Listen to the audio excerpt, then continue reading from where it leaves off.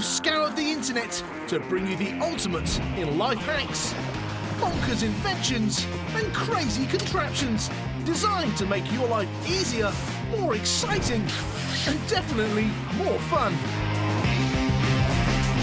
And we've summoned a team of experts with science brains and funny bones to explain everything. From the ridiculous to the sublime.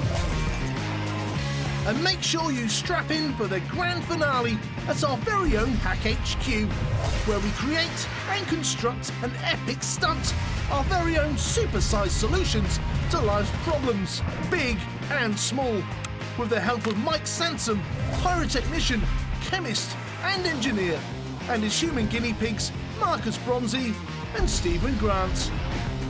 For now, sit back, relax and put your feet up. Let us do the hard work so you don't have to. This is how hacks work. In this episode, we're heading outdoors and pitching our tents as we show you our ultimate camping tips. Well, this is totally my area, so I love camping and I love fire. We've recruited some of the best internet-savvy scouts and girl guides to make sure your next adventure is more tent pitch than campfire hitch. The open air, campfire, nature, getting away from it all, and filming it on your phone. From the latest in wilderness rucksack solutions to a drone that will really help raise your camp credentials, and a crazy collection of fantastic fire-starting hacks. And once you've started those fires, our epic hack will show you how to keep them going, with Mike's unique take on wood chopping. I'd keep those safety goggles handy if I were you. That's annihilated it, totally. Now, if you think rubbing two sticks together is the only proper way to get a campfire going, our first clip is going to change the way you think about bushcraft forever. Instead of two little sticks, try one big one. Oh, and a ball covered in petrol. In order to make a fire, you need three things, the fire triangle. You need fuel, you need oxygen, and you need heat. And a massive hockey stick.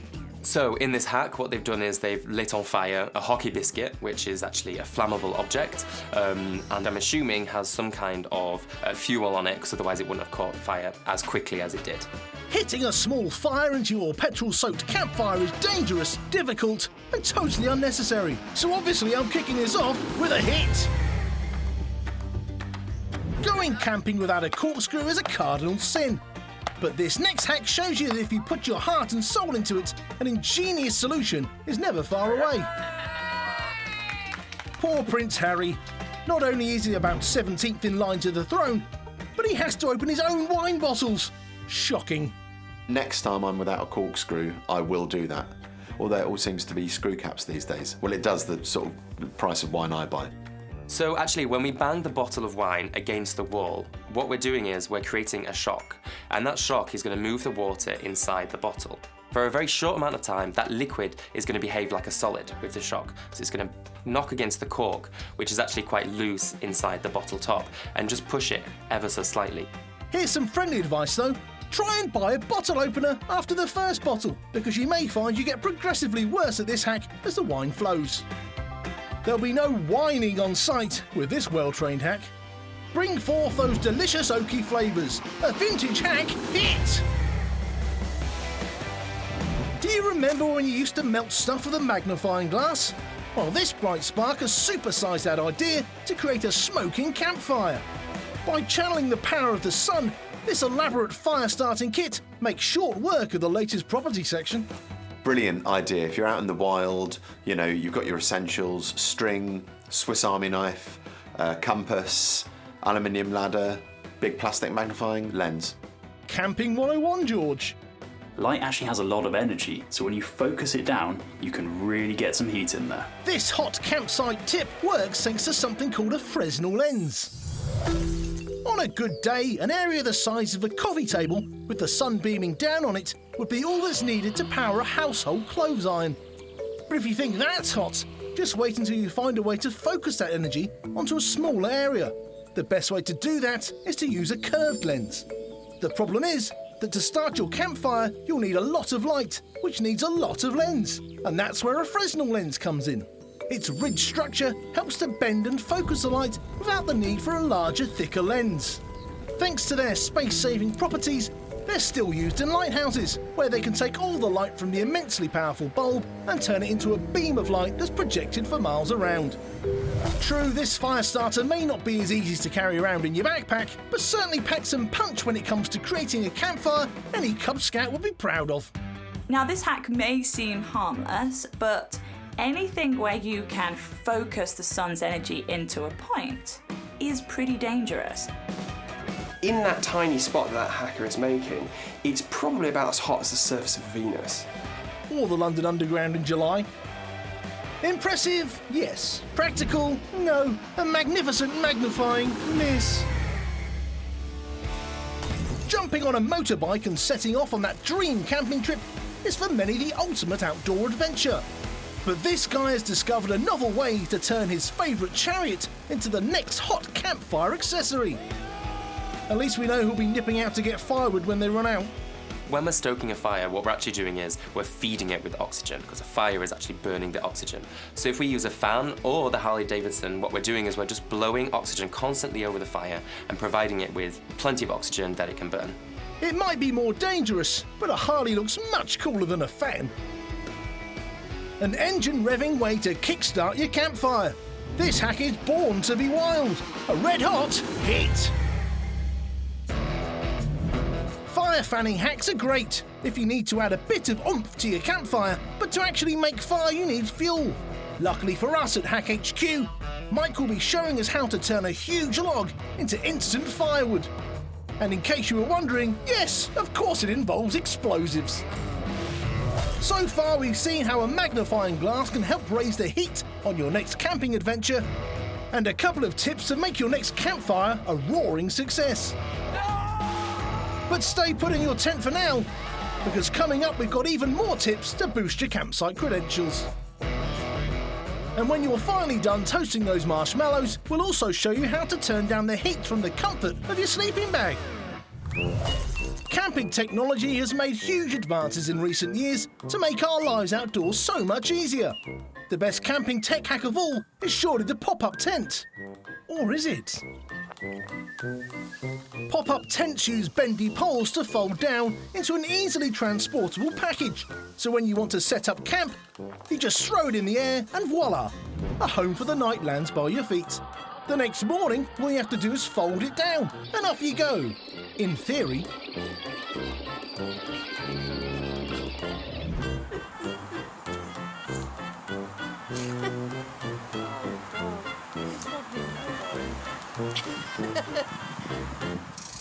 I could have built a tent out of solid marble in the time it's taking this lot to pack up.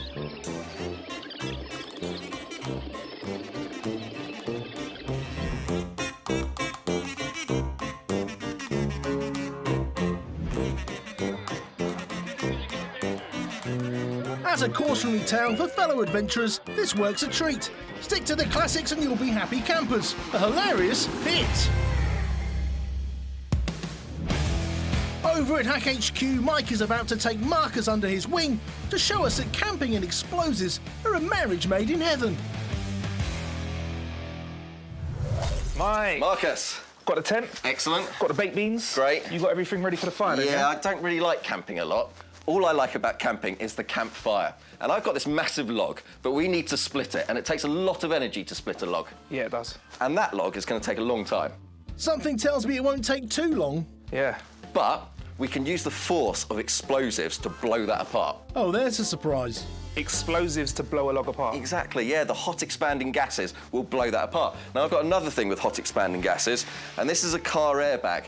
When this goes off, it allows all the hot expanding gases to come through these holes and fill up this airbag instantly. And that stops you from hurting yourself. Great, but how do you make expanding gases come out of that then? Right, there's a little electrical port here, right, and inside there's an igniter. Yeah. And inside that, there's an explosive charge. And it's a tiny, tiny explosive charge, but it produces a hell of a lot of gas. So we're going to use a little tiny electric charge to create a whole load of gas, which is going to fill up something like this. Exactly, do you want to see it? Yeah. Yeah, right. Grab some safety glasses. I wouldn't bother taking them off if I were you, Marcus.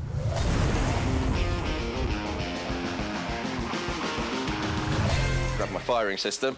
Now this over here is an airbag. Right. We need to be a couple of metres away because when that goes off, it's got a lot of explosive force.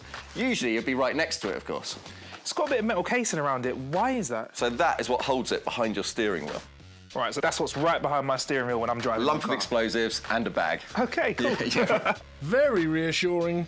Put on your ear defenders. Right. And we'll set this off. I'm going to press number 1. 3, 2, 1. That was less airbag and more air bang. There's smoke coming out of it as You well. see it? Yeah, so that's the smoke from the actual explosive charge. And it's released really quickly. So it filled up and then deflated really fast. Okay. And that's so that you don't keep it pressed up against your face. So it's an instant thing, deflates, and then the pressure goes down. Okay, so the pressure stops your face from hitting the steering wheel, which is obviously not a good thing, and it goes down so you don't get suffocated. Exactly right. Okay, cool. And you see lots of smoke coming out of it because it is an explosive, and the charge goes out sideways so it doesn't burn you too badly. Hang on, too badly? Do these things burn your face? I didn't see that in any car adverts. Now we're going to harness this hot expanding gases. We're going to harness the energy of those to split our log. We're going to need something a bit more powerful. Can't wait. We'll catch up with Mike and Marcus later for some explosive log splitting in our epic camping hack. All you have to do is press number 1. All right, let's do this. 3. No camping trip is complete without a very reliable rucksack. Don't own one? Well, you do, kind of. With a few minor alterations, you can transform your trousers into a crafty camping carry system. Jeans are so strong because of the weave. So they have a twill weave, which uses diagonal fibres in layers, so that if one wears out, there's one underneath it to keep the fabric held together. The one thing that strikes me about this is he doesn't need a bag, so he spent a lot of time turning his trousers into a bag, and then he puts a bag in the trousers. That seems a bit confusing. More confusing than turning jeans into an open rucksack? I'm sorry, but when it comes to gearing up responsibly for that next outward bound adventure, this hack is definitely pants. A denim donning miss. If you've forgotten to bring your ukulele and card games aren't your forte, entertaining your fellow campers might prove a challenge. But not for this guy. Using his incredible acrobatic skills, he's found a way to combine fireside entertainment whilst getting on with those essential campsite chores. What he's doing is building up a large amount of kinetic energy and angular momentum, cartwheeling around, and then smacking down with all that energy through the axe. Well, I can do a cartwheel, but I wouldn't necessarily want to do a cartwheel with an axe. But I mean, if I could try it with something, I don't know, blunt first, and then give it a go. That's the spirit, James. I'll have some plasters on standby. An axe applies a lot of pressure because it's got a big force over a very small area, the tiny cutting blade of the axe, and that's enough to split apart the chemical bonds in the wood and smash that log to pieces. Chopping campfire wood is hard work and boring, but this acrobatic axe wielder makes it a lot more fun. A hit! So far we've shown you a multi-purpose backpack for your next foray into the fields, the most elaborate campfire lighting technique known to man, and why every camping trip should include a hockey stick. Coming up, we've got some ingenious campsite cooking, a tasty tip to turn your snack into fuel, and a sky-high hack that keeps your campfire under control. You want camp food to be hassle-free? This next hack shows you an easy way to cook chicken. Using nothing more than some old tin cans, hot coals and tin foil, you can cook a roast dinner, making your campsite a home from home. This hack takes around 4 hours, which will give you nearly enough time to put your tent up while you wait. The way that you cook things is obviously by applying heat. And so what's happening here is that you've got burning combustion going on inside those cans, and then that heat is being transferred by both radiation and conduction into the chicken. This hack is essentially steaming the chicken in its own juices.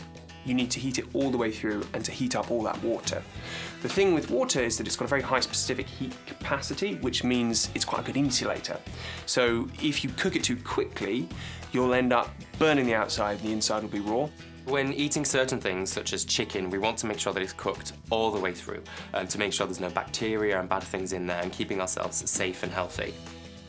We've all heard that you need to cook chicken well, but why is that the case? The thing that's tough to swallow about poultry is that you've got about a 50-50 chance of it being contaminated with one of the most common causes of food poisoning, Campylobacter. This troublesome bacteria lives in the gut of most animals and is generally passed around through faeces. Chickens need more processing than other meats. All this extra handling, plucking and prepping means there are more opportunities for bacteria to cling onto our poultry pals. So you have to cook that fowl properly. Campylobacter can't stand the heat at 75 degrees Celsius, so it will quite literally get out of your kitchen. A thermometer is the best way to check. Get it right into the thickest part of the meat. So next time you're cooking from the can, be sure to check the temperature, or you might well end up on the can for the next few days. This canny cooking hack is a can-do hit. For those of you who've left your gymnast days very much in your past, we have a far more pedestrian way of preparing your campfire using a tortilla-based snack. I need is a little fire. My favourite chips are really hot ones anyway, so this hack is a bonus. This is brilliant. And if you use the cool flavour ones, does that cool the fire down? I don't really understand the science of it. Clearly, George. Now, tortilla chips are made from corn, and corn contains a lot of something called starch. So a type of sugar which has lots of energy in it, and they're covered in oil, so you have a ton of energy. Starch covered in oil. I've got off them a bit now. When you set fire to them, they're all broken apart and all that energy is released. You're literally seeing the calories being released in a big flame. If you don't want a fire, you can always eat the firelighter instead. I'm with Chris. I'd rather be cold and happy than warm and tortilla-less. Seeing as roughly 98.7% of campers always forget firelighters, this combustible snack hack is a delicious and easy hit. The sky's nearly the limit for this next hack as we combine bushcraft with aircraft. Using a very expensive, carefully flown drone in a perilous position above roaring flames, this guy has managed to save himself 4 seconds of stoking his fire. Hurrah! This is a brilliant way, using the wind, I suppose, to get the fire started.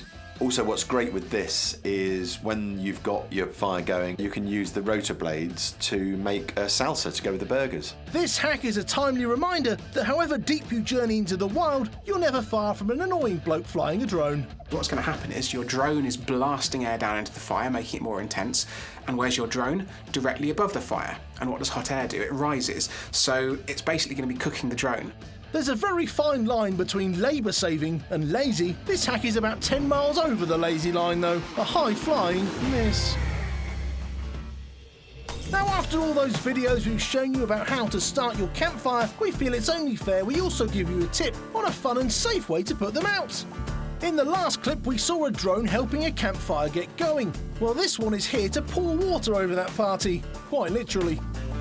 If you've ever wanted to pretend to be one of those exciting aerial firefighters, this will bring you one step closer to that dream. You are witnessing a drone's eye view of modern firefighting. The suspense is killing me. All right, just drop it now, please. Okay, now you're just milking it. I'm pretty sure that fire was going out anyway. Water puts out fire mainly because it starves the fire of oxygen. If you want a fire to happen, you need a fuel, you need a source of ignition, and you need oxygen. Take one of those away, you've got no fire. That's all the water's doing. Water has a very high specific heat capacity, so it can absorb a huge amount of heat without actually warming up itself. My only problem with this hack is that you're actually going to be stoking the fire using the air blown down from the drone before you drop the balloon. So the question is, if you don't drop that balloon fast enough, you're going to set fire to your drone. So it's a bit of a trade-off. All the best hacks are, Chris. Science problems aside, this is basically dropping water on a fire with a flying robot. It's got to be a hit. Over to Hack HQ. The countdown is over and the fuses are lit. There's no cannon too big, no dynamite too strong for Mike to handle. And with his trusty guinea pig Marcus, he'll try anything so that you don't have to.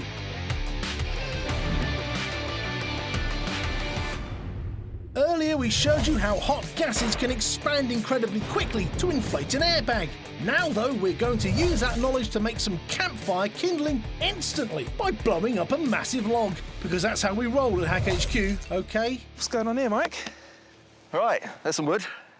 Axe, get chopping. Nah, that's going to take ages. Surely you have got a way around this. Well, I do actually. Right, back in the workshop, we saw there's a rapid expansion of gas from the airbag. Yep. Yep, we're going to use that gas, harness that energy to blow that apart. We're going to use an airbag to blow that apart. Not an airbag, no. I've got something a bit different. I've got black powder.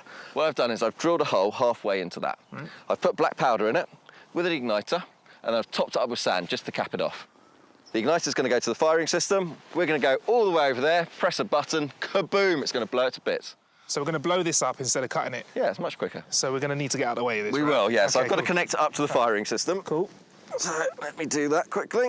So is this like an electrical charge that's going to go through it because it's an electrical wire? Yeah, an electrical charge goes through this, Yeah. sends a pulse of electricity into the igniter, Right. which will in turn burn the black powder. Let's put that on there. Right, grab the drill, Right. grab the axe, we don't want that flying. Cheers. I'll grab the bang box. Bang box? I wonder what that does. All right, Let's do this. we're ready for it. Put your ear defenders on. Okay. Can I Okay. push the button on this one? Yeah, I'll arm it. All right. It's armed. All you have to do is press number 1. I hope you didn't leave anything important in that tent, Mike. All right, let's do this. 3, 2, 1.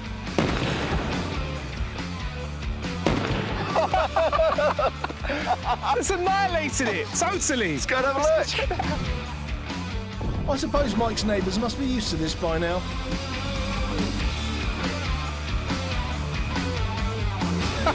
Look at that, that's not cut it up, that's obliterated it. Blown it to bits. If by obliterated you mean blown up conservatively into two halves, then yes, it has been absolutely obliterated, Marcus.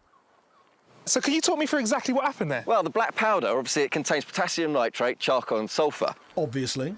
And that produces massive amounts of hot expanding gases. It's got no way to escape, so it obliterates the log. So harnessing the power of gases to chop wood, that's a great camping hack. From now on, that's how I'm cutting my wood. Cool. Should we go and get the rest of the little bits? Let's start a fire, the best part of camping. Yeah. You know what, Mike? This has got to be the best camping hack ever. That's it for this week, campers. Pack up that drone and get out there and explore the wilderness. Just make sure you find your way back again for our next selection of time, money and labour-saving hacks.